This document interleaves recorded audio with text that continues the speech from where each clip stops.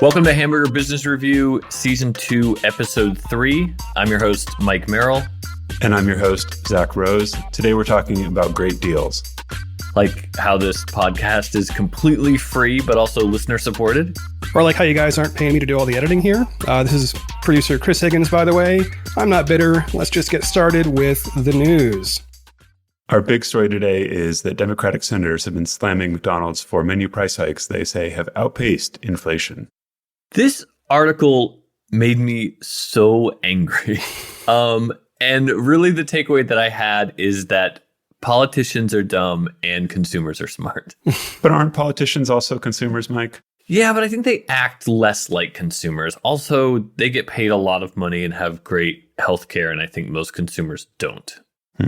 But I think this is just an example of there's this idea happening in the world of inflation, and these Democratic senators have chosen, in fact, I think they say this in the article, they've chosen McDonald's as where to focus their attention to make the point that prices are rising higher than inflation. The quote in the article is, "Corporate profits must not come at the expense of people's ability to put food on the table." Well, McDonald's has an ability to put food on their table. McDonald's shouldn't be the food on the table in your sort of daily grocery shopping lifestyle. For sure. As someone who works at a hamburger restaurant, don't eat at McDonald's every day. And I think Denmark, France, Hungary, they've all taxed unhealthy foods like McDonald's to fight the obesity epidemic in their country. Yeah, the junk food tax. And I think there's some question of how effective that's been. But, there have been studies that show that these popular fast food items also carry toxic plastics that are known to cause all kinds of health problems. So there's all these reasons why we would want to disincentivize people. And to have politicians come out and say the prices are rising faster than inflation. The other part that makes me mad about that is, why do they get to determine the profit margin of McDonald's? Like, let the consumers decide. Well, but so are the prices rising faster than inflation? And that's what has me confused is, how is this news? McDonald's prices have been sort of talked about since 2020 as rising. I think the problem is, if you look at a graph of this, they're just rising quite a bit faster than inflation. And so that's where the focus or the anger has come from. And the thing is, as fast food prices have become out of reach for some lower income households, the article says it's led them to instead opt to eat at home.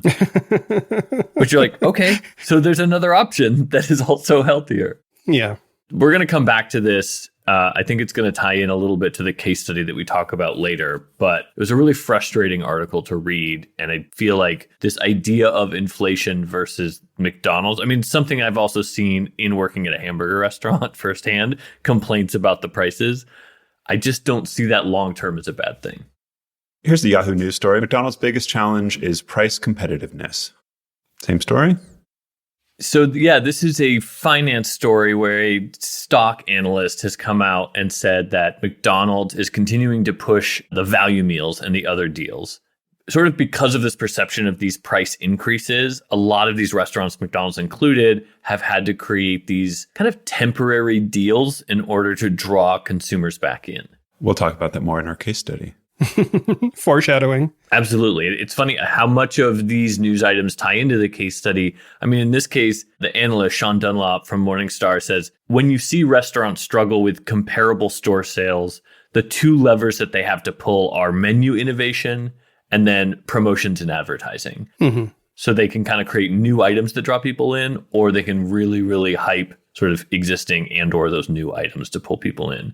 Sean's analysis here is that they're seeing both from McDonald's, things like the chicken Big Mac, but then also these meal deals and the other kind of specials that they're doing to keep prices seemingly low, depending on if you order the right thing. And his expectation is you're going to see that continue for a while. McDonald's CEO Chris Kempczinski shares prediction that 2025 will be, quote, another challenging year. Yeah, this was an article that came out right before the big quarter pounder debacle, and I feel like got kind of buried because we saw the price of McDonald's stock obviously tank and respond to that story. This story, I've been kind of like hanging on to it and kind of waiting for somebody else to bring it up. And one of the things I thought was really interesting, it speaks to that Morningstar analyst where Chris is saying, hey, this year was hard. We've done all these things like the $5 value meals.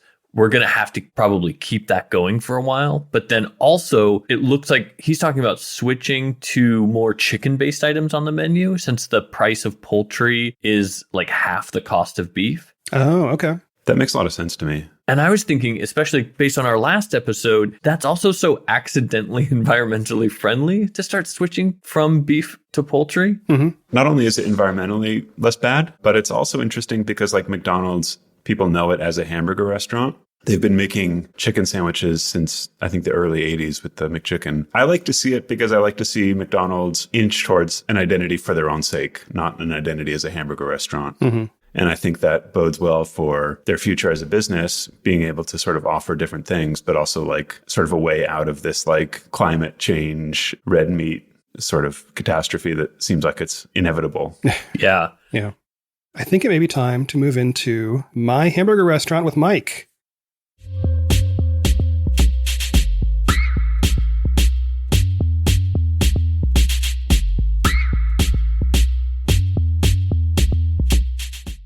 Welcome to My Hamburger Restaurant. Please pull around to the second window. As we know, you've been working at an unnamed hamburger restaurant for how long now? It's been about a month. Only a month. It feels, I mean, to me, it feels longer. How about you? It feels longer, but that first week, I'm not really fully counting because it was mostly just corporate video training. Mm-hmm. I think what I'm confronting in this segment often is my imagined world of a hamburger restaurant versus what's actually happening, right? So that's part of what I'm asking you is like, in my naive view, I wonder, there's a group dynamic thing in any job. In this job, I'm wondering how you fit into this group. Like, and often, you know, at a job, you might feel like there's a weird person or like an old person or a very young person or somebody who doesn't fit in. And I'm wondering, are you any of those persons? Like, do you fit in? Are you weird? How do you gel with the other people? I made a shocking discovery yesterday when I was at the hamburger restaurant. Oh, no. We are assigned uniforms, Mm-hmm. and there are indications. The uniform indicates certain things. Like I wear a gray shirt, which is just like I'm a crew member. I'm just like part of the team. Then there are people who wear yellow shirts. I think they're trainers, so they're like a little bit more advanced, and they'll train the new people as they come in. Mm-hmm. Then you get up to shift leaders, you know, assistant managers, et cetera, all the way up to the GM. There's also these, I've talked about this before, the very cool shirts with the diagonal reflective stripes that seem to be the sort of more The engineers. like hard maintenance kind of engineering. Special ops, right? SEAL Team 6, right? Exactly, kind of thing. And I've seen them step in other places, obviously, as well. Most people there are wearing just like a blue hat with just like some yellow on it. Like a baseball hat? Yeah, just like a standard baseball hat. Mm-hmm. The weirdest thing is like some people have red ones. Oh. And I was like, I don't want a red one, but like, why is it only a couple of them have red hats? Mm-hmm. I just assumed, I was like, I guess there's just two hats and you get what you get and you don't throw a fit, as the saying goes. And then I realized something, which is, oh, it's all the teens have red hats. Because the laws are different for them and limit kind of what they can do and how many hours they can work. Oh, so it's like a danger hat. Yeah, it's a little bit of like, this person can only do certain things. And yeah, and it blew my mind. It's like management, watch this one. I hadn't realized it the entire time that I was there. And then suddenly it dawned on me yesterday. And I was like, oh my God, another breakthrough. I know what the red hat means. Mm-hmm. And I don't know if this is, you know, my hamburger restaurant has a lot of different locations. I don't know if this is universal or if this is just something within our group of a couple restaurants or how that's done. Mm-hmm. I was really happy about that because I was working drive-through all morning yesterday with this high school senior who's like on his way to, I think he's applying to Stanford. Nice. He's been telling, he loves college football. You know, and so I get to have, and again, these moments are brief because we're both working drive-through and it's just like when it's quiet, you have these small moments to talk. But it's like, I'm not hanging out with any other high school seniors in my life, you know? Mm-hmm. Mm-hmm. So that part, as I've become more used to just being there and feeling like a little bit more like I belong and I know what I'm doing and I can help out, it's really fun to get to know this wildly diverse group of people from all different parts of Los Angeles that I would never get to interact with otherwise. And in that way, I don't think I'm weird because I think everyone is from so many different places. The red hats, is it they can't work like certain hours, or is it that they can't do certain things at the restaurant? It's definitely a limit on hours. And it might only be like on school nights, like it might be on other nights they're allowed to work later. I do think there might also be something like having to do with some of the heavier equipment things that I'm actually not even trained yet to do either. It's not like I'm allowed to do those, but I think there are other limitations as well. Or maybe even breaks or something. I'm not sure. Yeah, there is something where under certain conditions, I can waive my lunch, my 30-minute unpaid lunch, but they can't. I see. And so you mentioned talking to like a high school kid and how that's an unusual thing in your life. Is there anybody else again, we don't want to talk about their names or whatever, but is there anybody else you kind of hang out with? Yeah. And again, mostly in these drive-through situations, because you're side by side, essentially shoulder to shoulder on these two monitors. Tell us about that. Like, walk us, what does that feel like? What's the layout? So when I come and I clock in, it's 7 a.m. I scan my finger on this little biometric thing, and it's like as soon as I'm in, I'm grabbing a headset and I'm like, welcome to the hamburger restaurant. There's no like slow, like I'm gonna have a cup of coffee, get a sense of what's going on. You're in it right away. Right. In an instant. And usually I'm either relieving somebody off that drive-through window or joining them if it's super busy. And so those times when it's super busy, it's an ebb and flow. And so when it's a little bit slower, you have a little bit of a chance to chat or catch up. A lot of times a conversation will start with someone seeing me enter something in like the dumbest possible way on the computer. Like I'm just like, oh, I'm doing I'm new here. minus this plus this. And they're like, oh no, you can just go to this other page and there's a button for that. And it's like so much easier. And I'm like, I didn't know that. That's great. And then you get to have a little bit more of a conversation as you get to know people. So I'm so bad at knowing ages. Actually, when I had the red hat revelation, I was kind of like, oh, some of those people are teens that I didn't even think of. They're right, because they're so good at their job. I kind of had the restaurant. There's a kind of goofy people kind of having fun teens, some of which are definitely more than teens. And then there's the pros, the professionals, which are, mostly older, but obviously still some young people. And now I kind of had to be like, oh, well, I can't use that as my categories anymore. Well, that feeds also into like, how we think of ourselves. What age we occupy internally. I have now gotten so far beyond what age I think I am that I have to reset so frequently and realize like, oh, I'm like a graybeard character, Right. Especially when you've seen the graybeard at your job for so long. Right. When I used to be the youngest person in the room, and that was what I was used to for most of my life, that now it has flipped and I'm often the oldest or among the oldest, And this is the first job where I have felt a little bit of age deference. Oh. Like possibly in my life. Toward you? Yeah, towards me, where I'm just like, oh, they see me as sort of someone who is older. And I think especially customers, because I have not a like I don't give a mentality, but I have a like unflappable aspect of like, I'm like, whatever happens here, I can deal with it kind of thing. That vibe. Mm-hmm. I'm not nervous about anything. You're the George Clooney silver fox of the hamburger restaurant. Exactly. And people assume that confidence has something to do with management, which it does not. Yeah, I'm the furthest thing from. So that interaction, I guess, like with those different people, it's weird because I see myself on the hierarchy of skills as very low.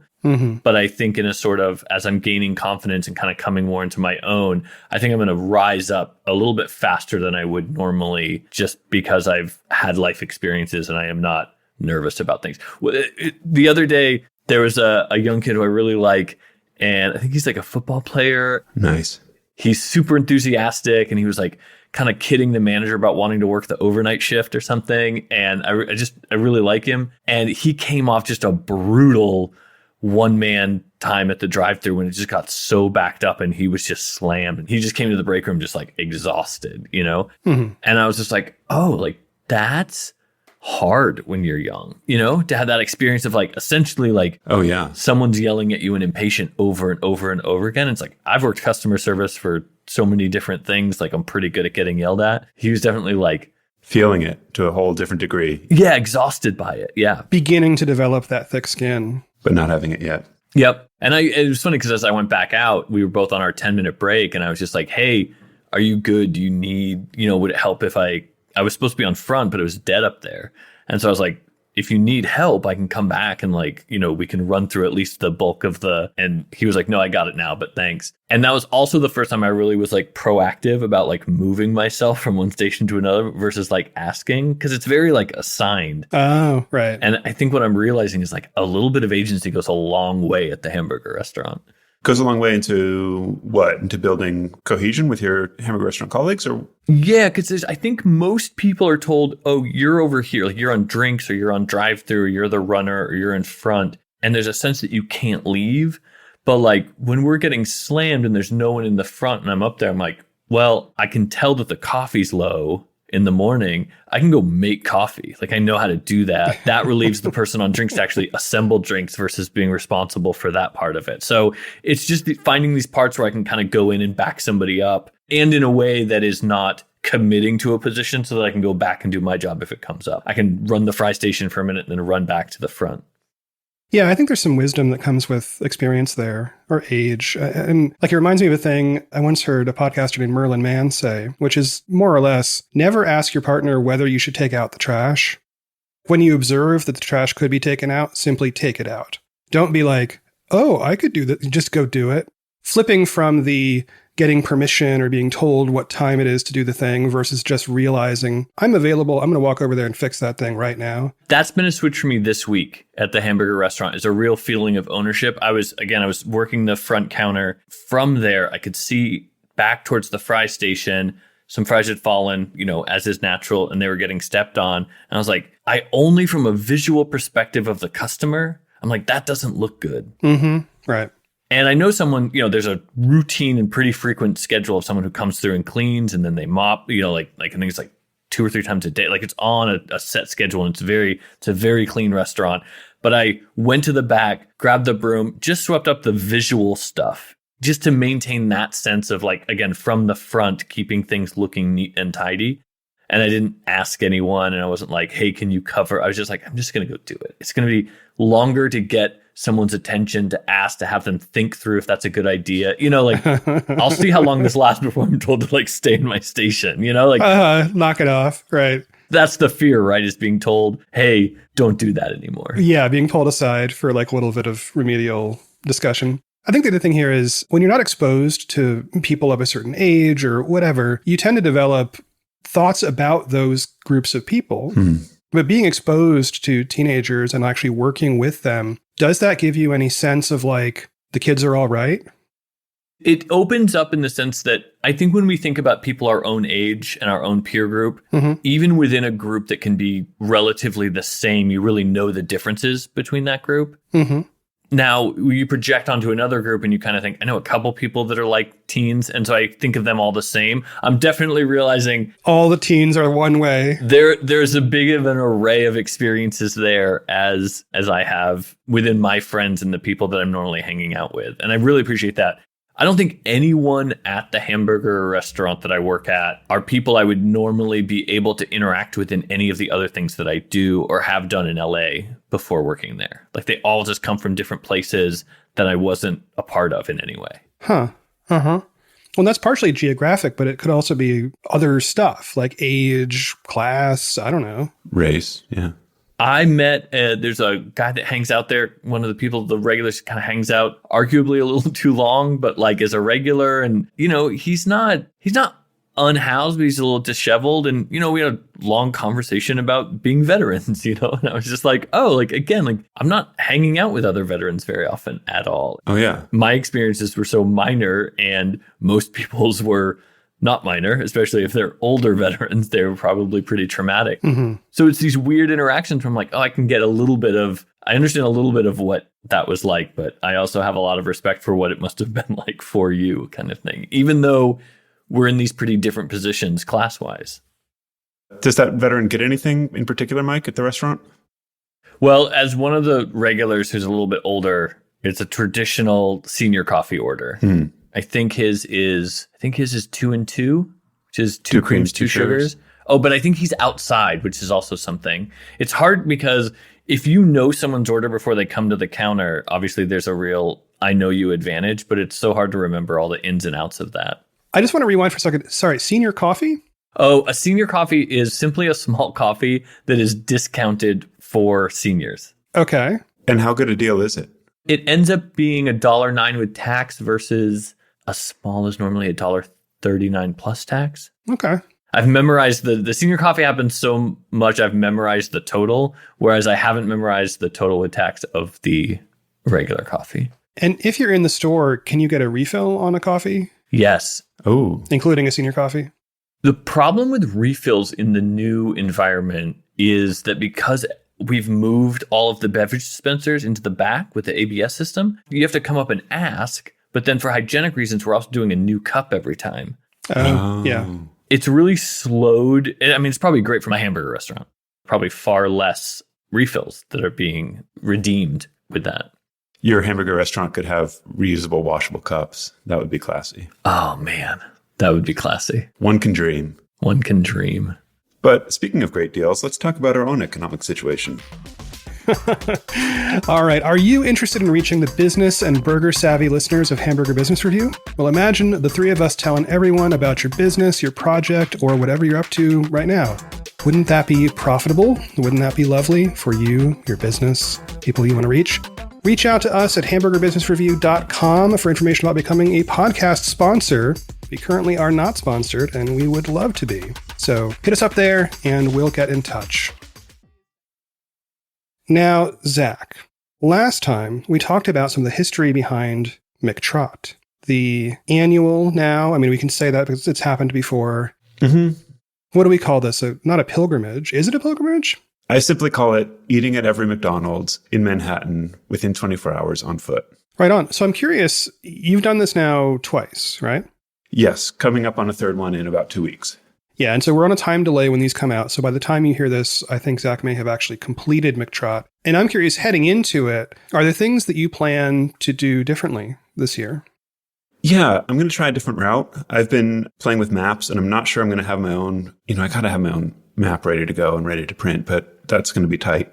But in general, I've tried going clockwise. I've tried going counterclockwise, sort of around Broadway, Central Park. And this year I'm going to go top to bottom, north to south, one go. That's the main thing I'm going to try. Top to bottom, north to south. So does that mean That's like Inwood, northern Manhattan, almost the Bronx, all the way down the island, zigzagging east and west.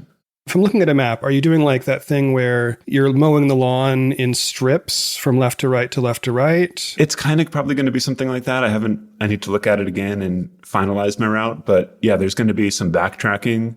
There might be a little bit of scramble to get to the McDonald's that's not 24 hours because I'm going to be doing this on Friday. And if there's one that closes before midnight, I'll have to get that and then come back to the other ones. I like the idea that there could be an asterisk where you had to get a cab just to go through a drive-through that might still be open in order to get your meal.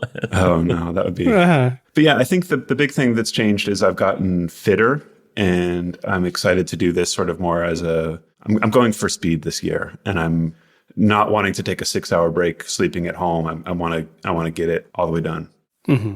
Do you feel like your route is more optimized? Like if you look at the miles walked on your first 2 years compared to your estimated miles this time, is it about the same? Does it dramatically different? I've been so busy with the kid and with work that I haven't done the math yet, which is a shame. It's got to happen one way or another. We'll find out is the short answer. How does it feel just to have so much McDonald's exposure in this concentrated part of a day? It'll be overwhelming, right? It's kind of a blur. The apple slices are really nice. They're I think it's like 15 calories a pack. Are they good? I like them. Not everybody does. Are they red apples or green apples? I think they're green, but they're also completely peeled, and they're just they've been through that McDonald'sification of removing any sort of trace of where they came from. Anonymous apple, yeah, McApple. I think they're good. They're very they've got a little bit of sugar, a little bit of fiber, probably. It's just kind of enough to eat something small at every restaurant. And so they're really perfect. A lot of restaurants will run out of them. Right. And then I have to what's next? And it's either usually an apple pie, a cookie, a 4-piece chicken McNugget. The problem with all of those is that there's a lot of sodium, and I'm being sodium conscious these days. And so that's kind of where, like, I think at the end of the day, it's like 5 grams of salt or 5 grams of sodium that is, it's a bit much. Is that your budget, or are you saying that's what's in that menu item? That's what I wound up eating last year. Oh, okay. Yeah. Do you start with like a more substantial entree, or just knowing that you're going to be eating so many? Are you starting out right away with apple slices? And then on the flip end, do you celebrate with anything? I think this year I'm going to start at home with like an oatmeal or something to sort of do this like a proper athletic event, and then apple slices most of the way. Usually I'll stop for like designated meals and get a full like sandwich, fries, drink, and sit down and enjoy it. This year I'm really looking forward to trying the chicken Big Mac, because I only eat McDonald's 5 days out of the year. I haven't had a chance to try it yet. And this is one of those 5? Yeah, this is, I guess, the 4th day, but yeah. You do this whole thing on foot, and you've been prepped for this, you're training for this. I'm curious if you've ever broken that rule, and why is it on foot to begin with? Like, where does that come from? Never broken the rule. It would be sad to break the rule if I had to. There's a couple things to it. One is that when I first looked at this, it seemed like not quite possible, not quite impossible. And I really had to find out. And I think with the train, it would be easy. It would be, it'd be doable. The challenge would be missing. The other thing is that sort of like if you fly somewhere versus if you drive there, you really experience the whole landscape. You really get to know how things are connected, what's in between. You really get to find things. Yeah.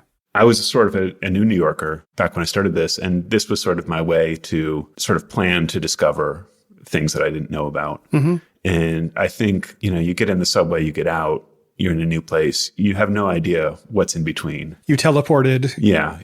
And I think, for example, on foot, it's probably the most human scale way to do that ever, Yeah. And I've become, I think, a better understander of Manhattan and how where to get places. And one great thing about this is whenever somebody mentions a place in Manhattan, I can sort of think, oh, what's the nearest McDonald's? Okay, yeah. There's a couple aspects here that are fun to think about. One is that I always think of sophisticated, lifelong New Yorkers as just having this incredible mental map of where everything is. And I think of tourists as just kind of, popping in and out of the subway, not really knowing where they are in a bigger sense than their exact location. It's a funny way to blend those two worlds. I also feel like growing up, my family would travel and we would sometimes eat at McDonald's and feel a little bit bad about it, that we weren't like exploring the real place. Yeah. So it's just a fun way to combine sort of those two experiences and being like, oh yeah, well, yes, I eat at McDonald's in Manhattan, in New York City. There's sort of like I grew up understanding that New York City was a place of like authenticity, that the Italian restaurants had been there for generations, and that, everything was special. Every bagel place was special. And then I moved here at the age of 30, whatever, and realized that, yeah, maybe, but it's also just chock-a-block full of McDonald's. Yeah. And that, everyday New Yorkers also eat McDonald's. Well, and I'm curious about that. Are you finding that when you go into, McDonald's 1 versus McDonald's 25, how much similarity is there, and how much are there outliers that are very different? They're really similar, at least when you're staying up for 24 hours and you're going to all of them, it becomes a blur. There was one that's not too far from where I live that I walked by, I think, a few months ago and was like, have I eaten at that one? I had to remember, and I think I have. It just kind of becomes such a blur. And the McDonald's, they remodel relentlessly, especially the interiors. When you're inside, you wouldn't realize that you're in one of the oldest McDonald's in New York City.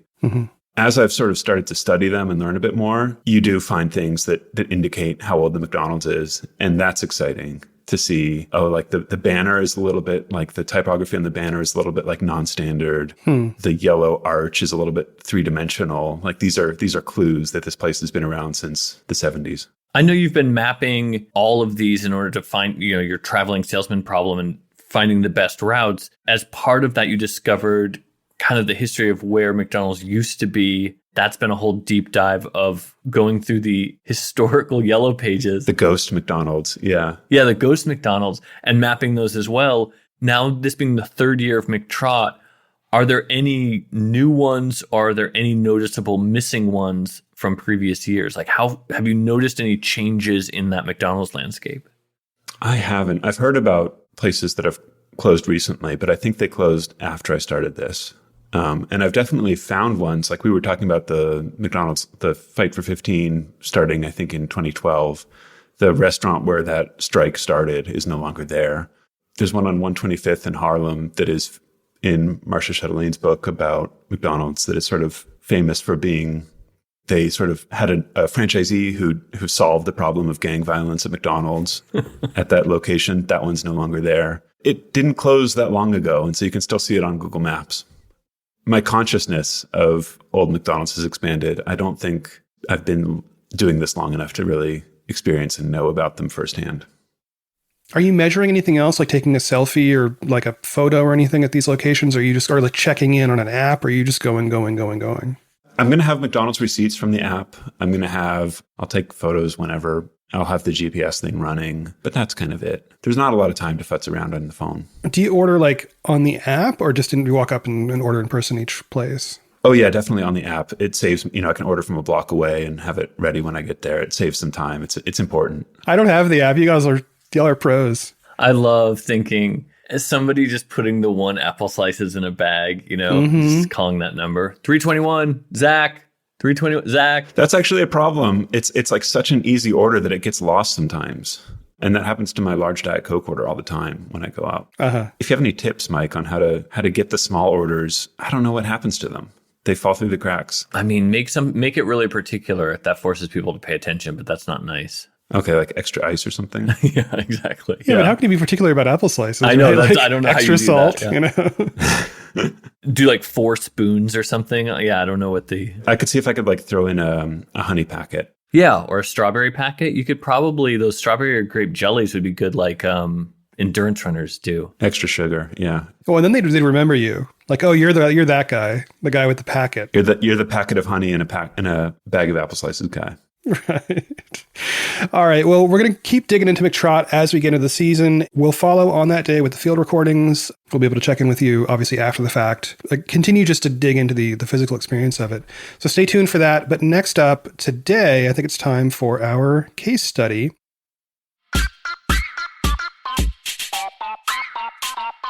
I just want to admit, the first 2 episodes of this season, I came in as a civilian and thought, I'm not going to read the case study. I'll just kind of hang back. I'm not in school. You can't make me.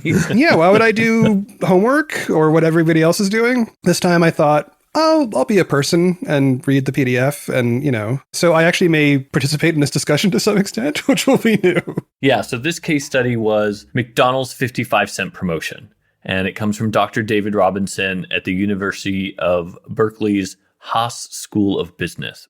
This case study is about it was in the late 90s. They did this promotion where they were like, McDonald's started in 1955. We're going to have all these classic menu items just be 55 cents to kind of draw people in. That's kind of the context and the setup for this case study. And I have a quick question. Like, this would have been prime McDonald's time for me because I was in school, I was out of the house, I lived 2 blocks from one, and I have no memory of this occurring. I have memories of things like the Monopoly and like a bunch of other stuff. But when you say 55-cent promotion, I'm like, never heard of it. Do you guys remember this at all? Not at all. Not at all. I think it was very brief. As we'll get into this, it was also controversial as well. And I was really surprised reading this case study that I didn't realize McDonald's was having a tough time in like 96, 97. I didn't either, and I wish they would have expressed that more. I think the only thing that they said specifically that it was slowing sales growth. Growth, right. That term is funny because you're like, oh no, slowing sales. And you're like, no, slowing sales growth. We're not growing as fast as we want to be growing. I wanted more about that part of the situation and why this... Yeah, like what's the problem? Exactly. That's trying to be solved. And we didn't really get that. What I did like, though, was they did kind of explain the relationship between the local operators, the sort of the franchisee owners, and McDonald's Corp. Mm-hmm. And I think this made sense to me, but I never really thought about it, and especially the optionality, is that McDonald's Corp kind of determines the menu and the overall promotional strategy, and that all the ads are national, new products coming out get rolled out to different stores. But the local operators, as much as they kind of have to take a lot of these menu items and things on, they get to determine pricing, which makes sense because their profit and loss statements for an individual location are going to be different across the country. So you're going to have a more expensive Big Mac in Alaska. I was just going to say Alaska and Hawaii versus Montana. I'm sure they're just different. Right. And so in this case, though, the corporation does this promotion that is pretty unpopular, and yet they're doing a national campaign so everyone expects the promotion. Yeah, so let's explain the promotion, right? So the promotion, as I understand it, is, I guess there were TV ads and stuff. I didn't see them. The ad is, stores founded in 1955. We're going to bring back this rolling menu. It's going to be a year-long ongoing thing of like, this menu item is 55 cents. And the first one is the Big Mac. It's going to be a 55-cent thing. Down from, I want to say it was $2, right? At $1.99? $1.99, yeah. And that's like, average probably or something like that. So part of what Mike is saying is, of course, there's going to be a little asterisk at the end of that ad that says, at participating locations, because not everybody participates. But there's another asterisk, which I think is really fascinating here, that apparently was not clear in the marketing, which is you're not just walking in and saying, okay, give me 5 of these for 55 cents each. To get the 55-cent price, you have to buy a bundle. You have to buy a meal. A value meal, exactly. Value meal. So, Mike, can you walk us through like how a value meal works? Yeah, so any meal deal or value meal, they're basically saying it's like buying at Costco. It's like bulk buying, essentially. If you buy many of these items, we'll reduce the total cost to you and give you a slight discount. Because if you want fries, a sandwich, and a drink, we're going to bring the price down to order those all together than if you buy them separate, as a way to encourage you to do that. Because it's better for McDonald's to take a tiny bit less margin on 3 items than to only have you buy 2 at the maximum price. It's kind of the thinking there. So it encourages more volume sales. Right. And I mean, there's even a graph in here somewhere, like a chart that shows you the breakdown of, the price of each individual item, right? So if you were to menu, like on the menu, the price for a Big Mac is $1.99, medium fries is $1.39, medium drink, $1.09, which that total price would be $4.47. But if you buy the extra value meal, meaning you buy all 3 of those items, it's $3.49. Basically a buck and change off. Yep. Which is a great deal. But now, in the world of what they're calling C55, now the Big Mac, instead of being $1.99, is 55 cents. The medium fries is still $1.39. Drink is still $1.09. And that total is now $3.03, which is not that different than $3.49. So they made it look like a 75% discount on a Big Mac, which you can't get on its own. That's impossible. What you wind up getting is like a 33% discount on the value meal. And the fact that you're kind of forcing that at the consumer level in that way, that's a little bit tricky. The people obviously bearing the brunt of that rage and that consumer anger is going to be the operators and franchisees owners of those locations. Corporate's not going to be the one. It's not, the customers aren't coming in there being like, wait, that's not what you said. Yeah, right. This one, I have a lot of empathy for the individual franchise owner in this case, because I've experienced some of this at the hamburger restaurant. I have empathy for the employees. The corporation says whatever, the franchisee takes the financial hit probably, and then the individual employees are just left with the rage of these customers who thought they were getting a 55-cent Big Mac. Yeah, I mean, imagine the common reaction would be, oh, it's a bait and switch, because they didn't understand the terms of the offer, which probably were offer includes only blah, blah, blah, blah, like the sort of quick talk thing if you have to buy more stuff. Yeah. Oh, absolutely. I had someone come through drive-through and was furious that the 99-cent coffee or whatever it was that he could only do that with the app. He's like, it's there on the screen. It says that it's a promotion. I was like, yeah, it's a promotion for the app. And he wouldn't let it go. Oh, yeah. Right. Right. And I'm like, the cost difference here is pretty small, especially if I can ring him up for like a senior coffee. You're talking about literally a 10-cent difference. It got to the point where I was like, why don't you pull up to the window and I'll talk to you like a person instead of through the headset. He still was just on this tear about how it wasn't fit. He wanted me to change the whole system. He didn't want me to resolve the problem. Yeah. It got to the point where, because I can have a bit of a sarcastic streak, I reached into my pocket and said, why don't I just buy it for you? Oh, God. Which he really didn't like. And that's when he asked to talk to a manager. Who offered to give it to him for free. Still didn't want that. Like he just, the frustration and the anger. You've touched on something, which is it's like the sense of fairness of being screwed is so much more important than the 10 cents. Yeah. When you hit that principle, you hit that core. Yeah. And I imagine in this person's mind that it's like, it's not just me. It's all of these other people. It's the whole system. You're taking my data. You're tracking me. What if I can't afford a phone or an app? And by standing up against Mike at the drive-thru, I'm actually standing up for everyone else that I imagine, and not wrongly. I have sympathy for that, sure. Yeah, I've been rude to, telemarketers, and I feel like the dynamic is very similar.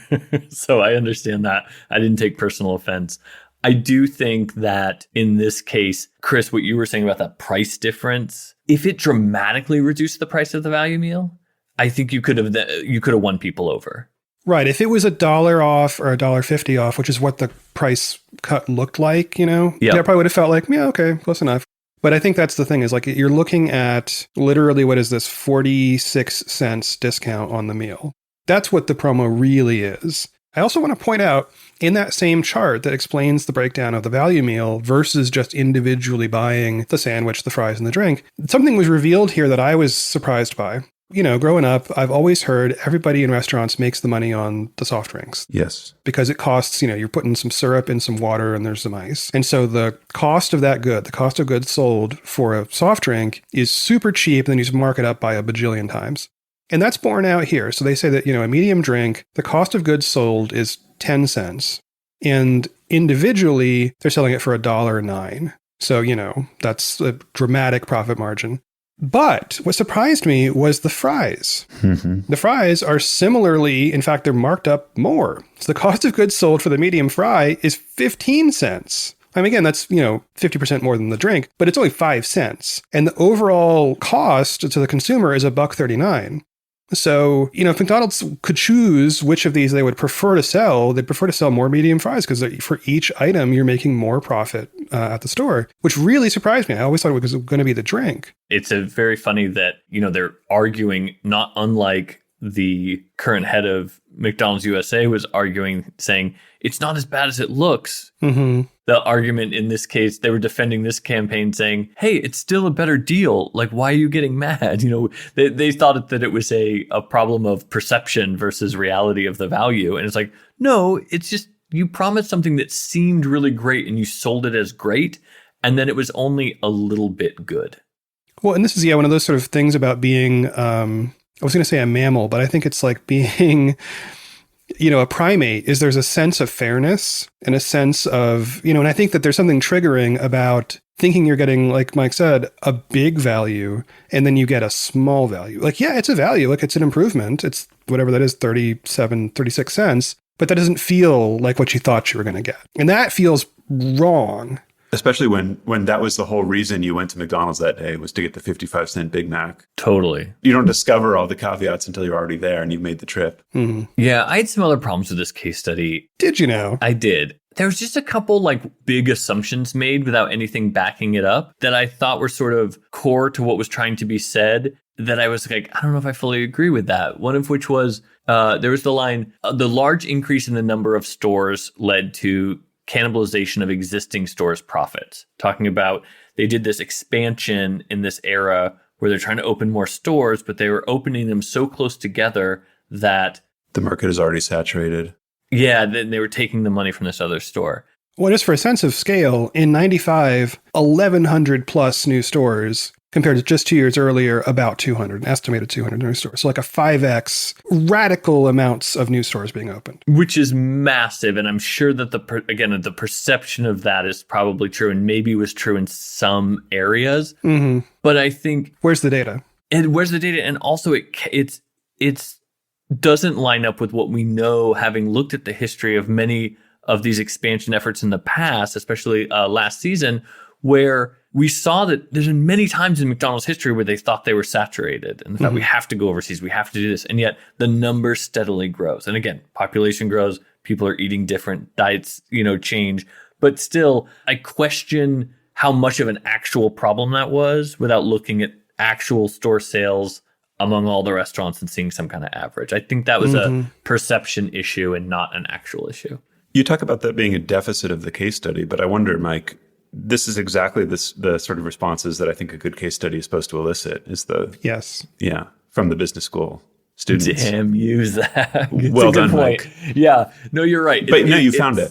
Yeah, I found the needle in the haystack. The other needle that poked at me was the line talking about Taco Bell. Chris, you mentioned this, saying perhaps McDonald's managers remembered Taco Bell which lowered prices across the board in 1989 in a dramatic move to build business.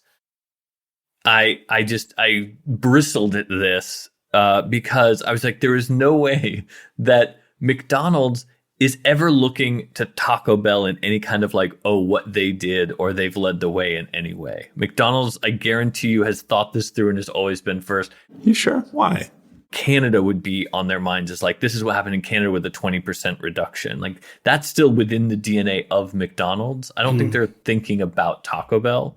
I think the author of this case study is thinking about Taco Bell.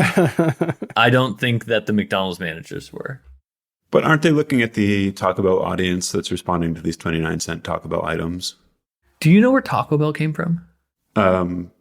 It was a man named Bell. Yeah. Glenn Bell, I think. Yeah, who learned it from McDonald's, from the McDonald brothers before it was fully franchised. He took the McDonald's concept from San Bernardino in the first store, applied it in the same area, but with Mexican food. So what you're saying is effectively everything springs from this sort of nugget of McDonald's. Everything at some layer down is McDonald's. Which, whether or not that's true, don't come to me as a professor of business and step into my lane. Don't study my case. McDonald's, yeah. Within the context of a bunch of highly educated business school students, I'm sure it does generate a discussion. I mean, I would hope as animated as ours, Mm-hmm. Chris, you might remember that first case study we did this season. Zach and I were so excited about it. Oh, yeah. Because having read so many of these, yeah, it is rare to find one that really is well written and well researched and well presented, Tells a story, has a cool narrative, stuff happens. Yeah, exactly. And so, we have become a bit of connoisseurs of case studies over this process. Well, I think that's one of the things, like there's almost a book club aspect to this podcast, which is you can go read the case studies and, they're out there you go buy them and you could do that. Some of them are going to be better than others, Yes. And we will try very hard to highlight which ones are better than others. We'll let you know. At the end of this whole thing, obviously, McDonald's, it actually starts by saying McDonald's, does this promo and then immediately cancels it effectively. But at that point, I think we have to ask, what are the lessons of the case study? Whether they told them to us or we have to figure them out for ourselves. The big question I have is, did it work? They don't say. The 55-cent thing? Yeah. Yeah, I didn't see any data related to, did this increase sales? I think if they'd provided that, we would have an easier time drawing a conclusion. I think we can assume it didn't based on it ending prematurely, because even if it worked in the sense of maybe it even brought a little bit more money in or worked in that way, it clearly didn't in the consumer relationship. And so they had to end it. Like, it was a bad promo, even if it worked economically. I think for me, one of the lessons I take out of this is that consumers do not care about unit economics.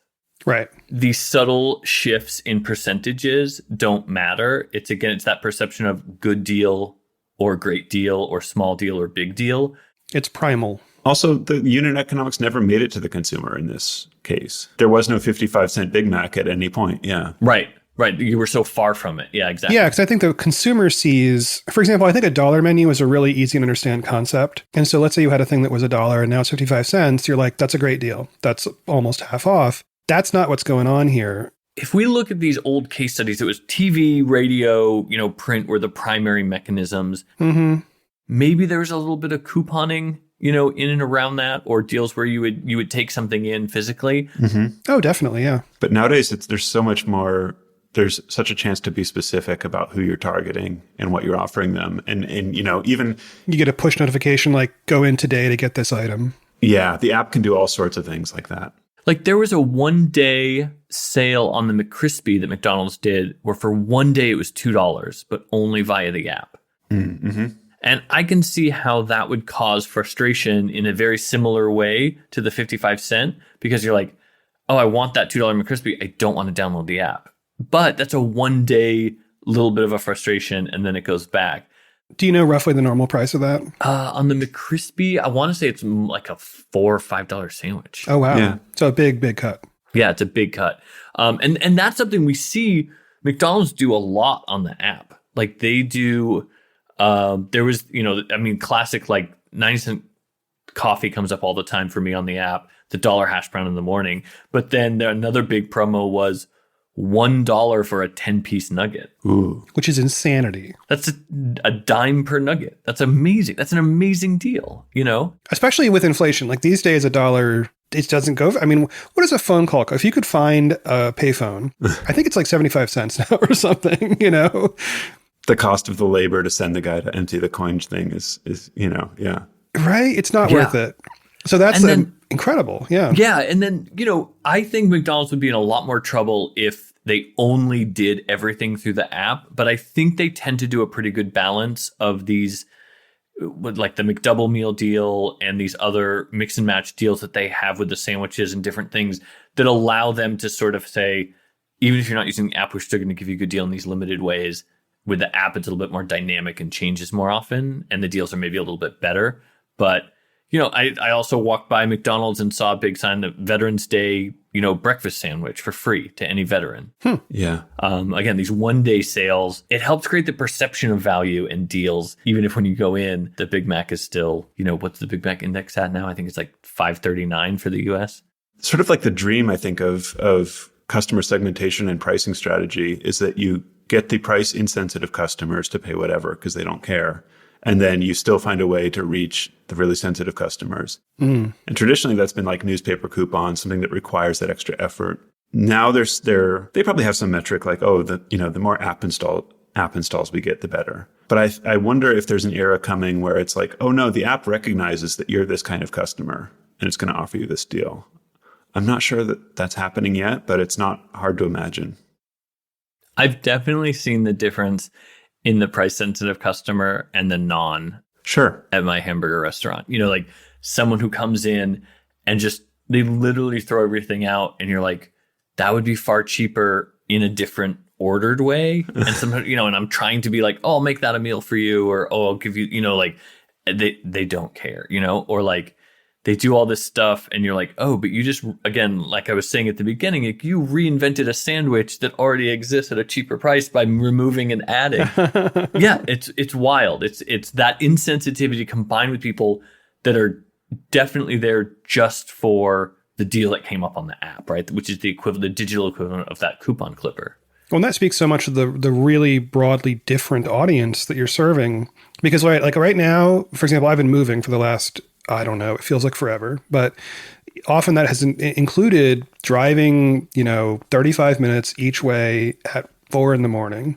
And on those mornings, I'm like, I don't care, but I want something to make me feel better. And so on the way, there is the hamburger restaurant, and I've driven through, and it's 24 hours, and it looks kind of like a little bit closed. Like the sign isn't even lit up on the street, but the lights are on, and you can go in, and you can drive through rather, and you can get stuff. And I don't care. And they ask like, do you have the app? And I'm like, nope, don't know how that works. Don't care. I used to develop iOS apps for a living, but I don't care. I just want some stuff to put in my face so I can go and lift heavy things for like a day, But the person behind me could be literally like, senior coffee and nothing else because that's what they can afford. And I totally get it. Yeah. Yeah. Or senior coffee and 4 and 4. Actually, speaking of senior coffee, we never got back to these numbers, the 4s and the 2s and the ins and the outs. Oh, like a senior coffee 4 and 4 would be 4 creams, 4 sugars. Is that right, Mike? Yeah, correct. But is it inside or outside? Sure. But that's a lot of calories. It's a way to really like sort of get the calories out of that drink for no extra cost. The POS system maxes out at 15, I think. Oh my God. And that is not to say that people don't order more. And I hit the special request button and then hit the little thing and say, special request on that is 22 creams. Wow. Has that happened? Oh yeah. 22 creams? Yeah. Like, do you have to get a special, like a bag to hold all the cream? Because you're not holding like 2 handfuls and trying to put it through the window, right? This is in the cup? That's inside, like in a large cup. Like that's like a large cup of coffee, half cream, basically, and then half coffee. Do you have to open 22 of them and pour them one by one? Oh no, it's thankfully there's an amazing little device with a number on it. There's three different creamers, right? There's there's three different sweeteners. There's one creamer. So you hit the cream and then you go to the sugar, and it's just this keypad, and then you can hit the alternate one for Splenda, and then the equal one's this really gritty manual push thing where the equal has kind of gotten into it. So you kind of have to crank it. It's kind of fun. Yeah. We truly live in an amazing era where all of these choices are available to us. The legacy choices that have stuck around to me are really interesting. Like, what was the pink one of the sweeteners? Sweet and Low. Like, where'd that go? What happened to Sweet and Low? It was at the table on the diner today when I took my daughter. Yeah. I mean, I think it's one of those things where it's like, we're not sure it does anything bad, but it got a bad rap, especially when these like next generation, then like next generation things would come in. Yeah. Right. So now it's like with stevia, you're like a couple generations beyond these original sweeteners. And I think there's a tendency to feel like, well, if that's like the clean new thing for my metabolism, then the old thing must be really bad. At my restaurant, it's sugar is number one, then Splenda equals way, way down there, but it's still around enough that they don't get rid of it. Well, it's interesting to me also that it's sugar and not like corn syrup or, you know what I mean? Mm-hmm. Yeah. Because in the 80s, that was one of those big things. My brother's allergic to corn. Oh, wow. Among other things, but like in dairy. And so it was like, try to go to a restaurant and not ingest corn. Very hard. Yeah, it's in the packaging and plastic. How to do it. So it's like, yeah, I mean, exactly. Everything is made of corn, or at least it was in like 1988 or whatever, right? Yeah. Yeah.